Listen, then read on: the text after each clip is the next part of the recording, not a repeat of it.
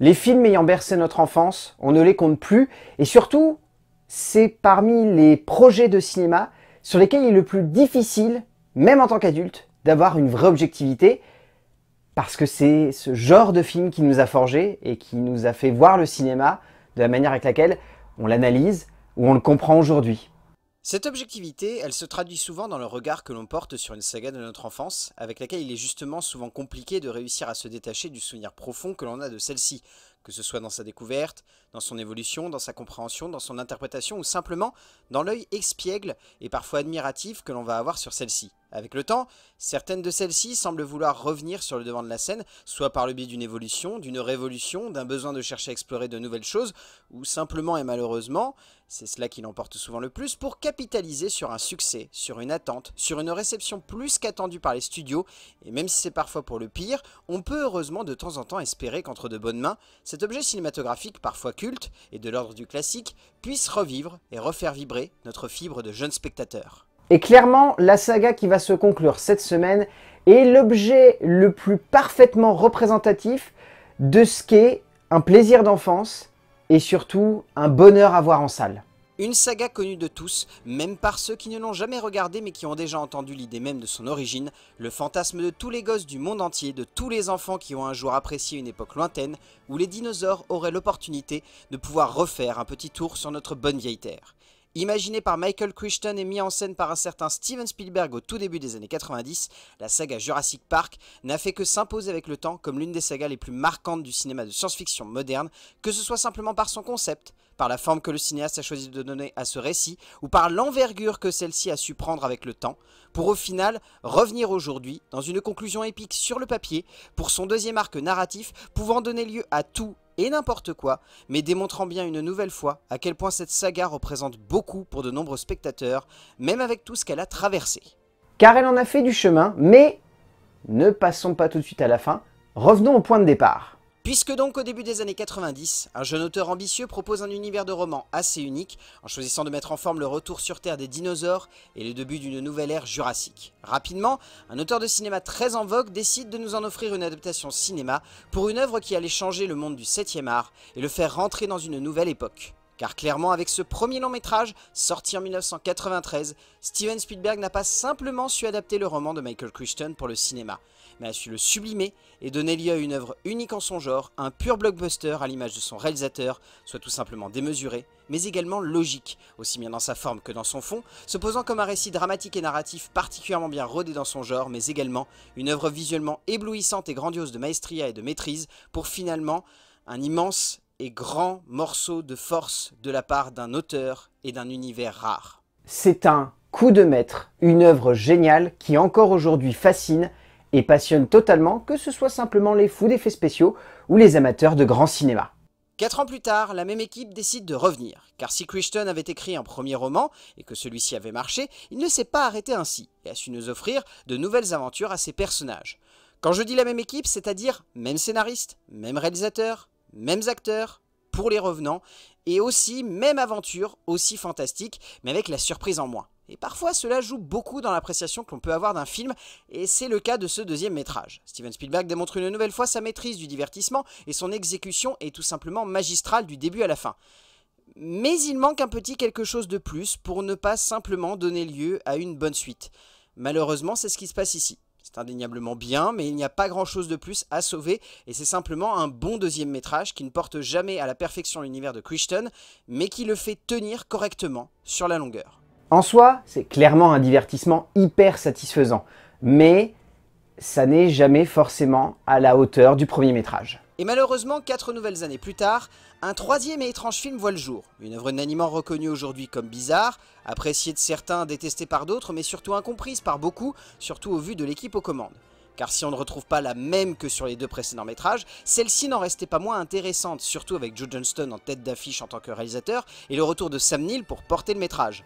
Mais clairement, il n'y a pas grand chose à sauver. face à un objet de cinéma purement et simplement à côté de la plaque, pour une œuvre maladroite et bancale, qui sonne comme une idée excessivement étrange, posée sur un écrin de velours, et choisissant de ne pas réellement comprendre l'univers de Crichton, pour en livrer une vision très facile et grossière, mais surtout donnant lieu à un moment de cinéma hasardeux et maladroit, pétri de bonnes intentions, notamment en termes de divertissement, mais cela prouve que les intentions ne suffisent pas à créer de bonnes choses. La preuve, cela va enterrer la saga pendant quasiment 15 ans.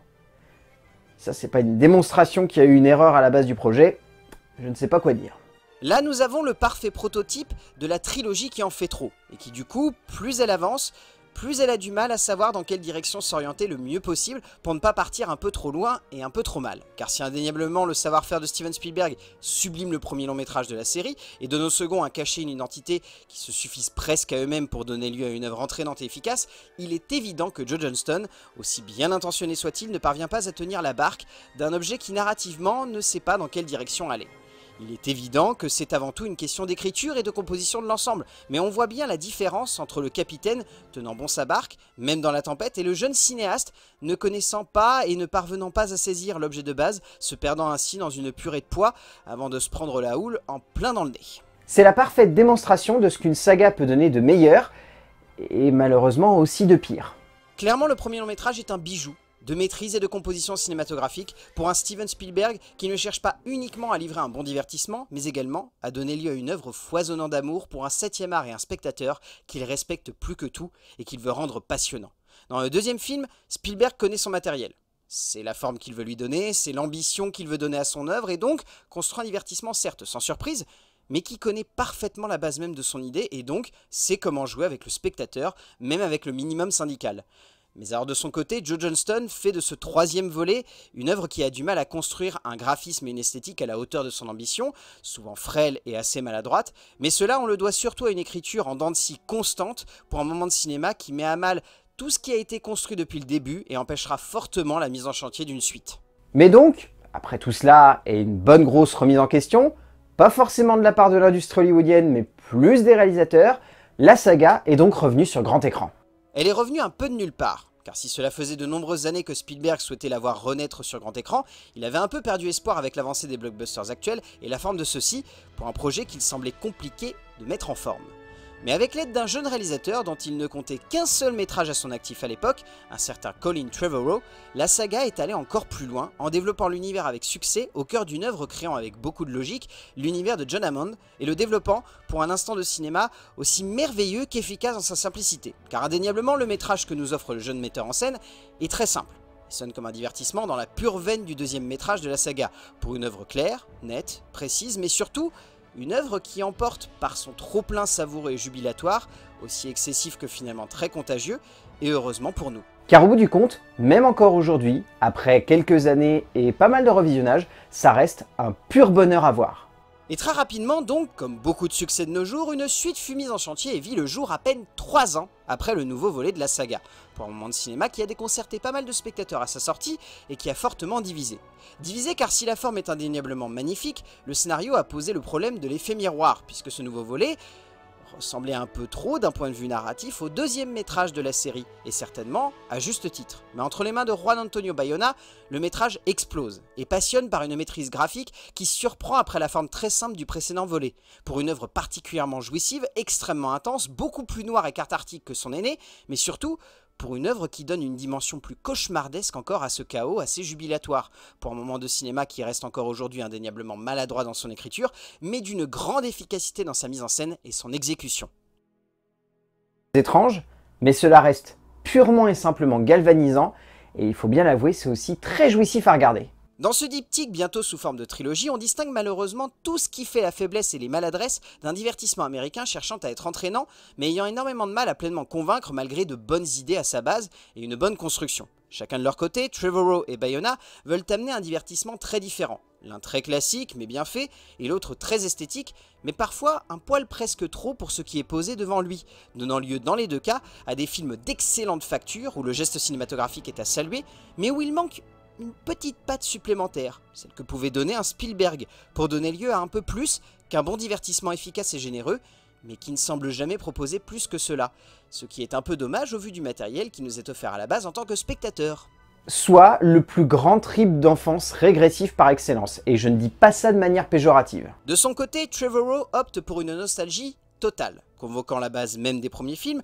pour amener ce que le spectateur attendait, soit ce parc et ses myriades de dinosaures où les foules s'entremêlent le temps d'une œuvre de cinéma quasi admirative et labyrinthique avant de chercher à mettre une nouvelle fois en forme la théorie du chaos avec un pragmatisme indéniable mais servi par une mise en scène très factuelle n'allant pas plus loin que la bonne idée pas parfaitement exploitée. Et de l'autre côté, Bayona va en faire plus. Veut convoquer le grandiose du cinéma qui l'a bercé, veut invoquer un aspect plus radical et une peur plus frontale de la bête jurassique, et cela, il le fait au sein d'un film qui ne cherche pas à mettre en scène le chaos, mais plutôt l'apocalypse jurassique, comme une immense catharsis de ce qui aurait pu être la conclusion de la première trilogie, donnant lieu à un moment de cinéma graphiquement éblouissant et intense émotionnellement, servi comme évoqué avant par un scénario qui encore aujourd'hui divise beaucoup les spectateurs. Pour livrer donc ce qui semble être aujourd'hui la fin ultime,